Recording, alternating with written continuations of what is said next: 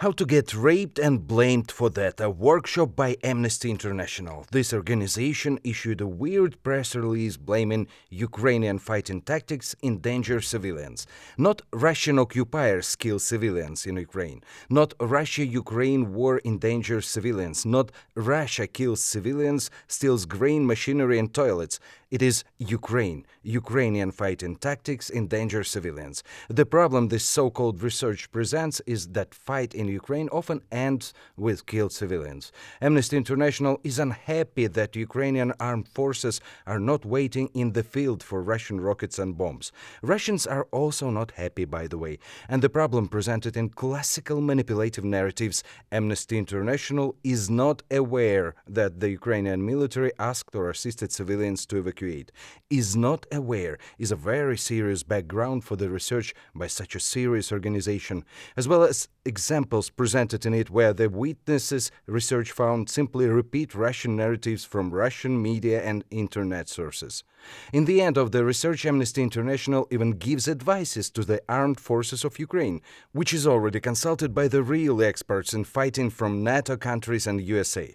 Amnesty International thinks that Ukrainian soldiers and civilians are dying wrong and should die in another way. Ми побачили сьогодні зовсім інший звіт від Amnesty International, який, на жаль, пробує амністувати державу-терориста і перекласти відповідальність з агресора на жертву.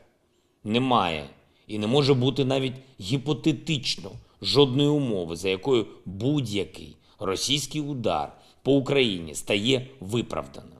Агресія проти нашої держави є нічим не спровокованою, загарбницькою і відверто терористичною. І якщо хтось робить звіт, в якому жертва і агресор нібито в чомусь однакові, якщо аналізуються якісь дані про жертву, а що робив агресор в цей час ігнорується, то з цим не можна миритись. At the same moment, this research doesn't present if anything is wrong with Russia. Oh, that's because Russia doesn't allow any international organization to enter its territories and the occupied ones.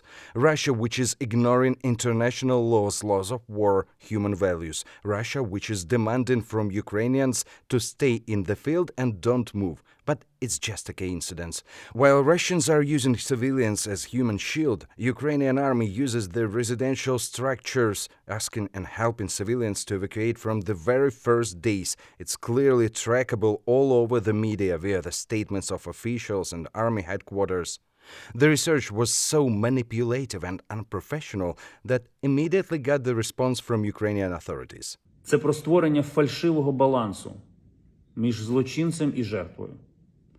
Між країною, яка сотнями і тисячами знищує цивільне населення, міста, території цілі, і країною, яка відчайдушно захищається, рятуючи свій народ, рятуючи континент від цієї навали.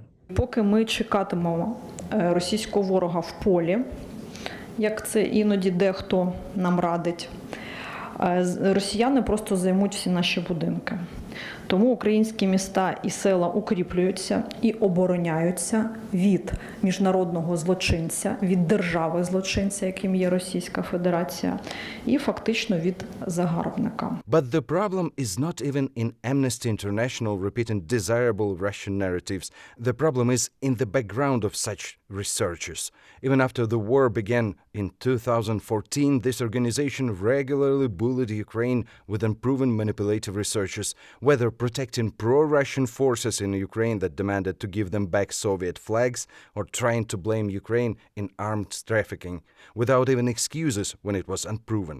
Maybe because this organization got confused in their own financial, influential, and even trust scandals last years. Ця організація накладає дуже серйозний відбиток на взагалі правозахисну діяльність по всьому світі, тому що Amnesty International – це бренд в першу чергу.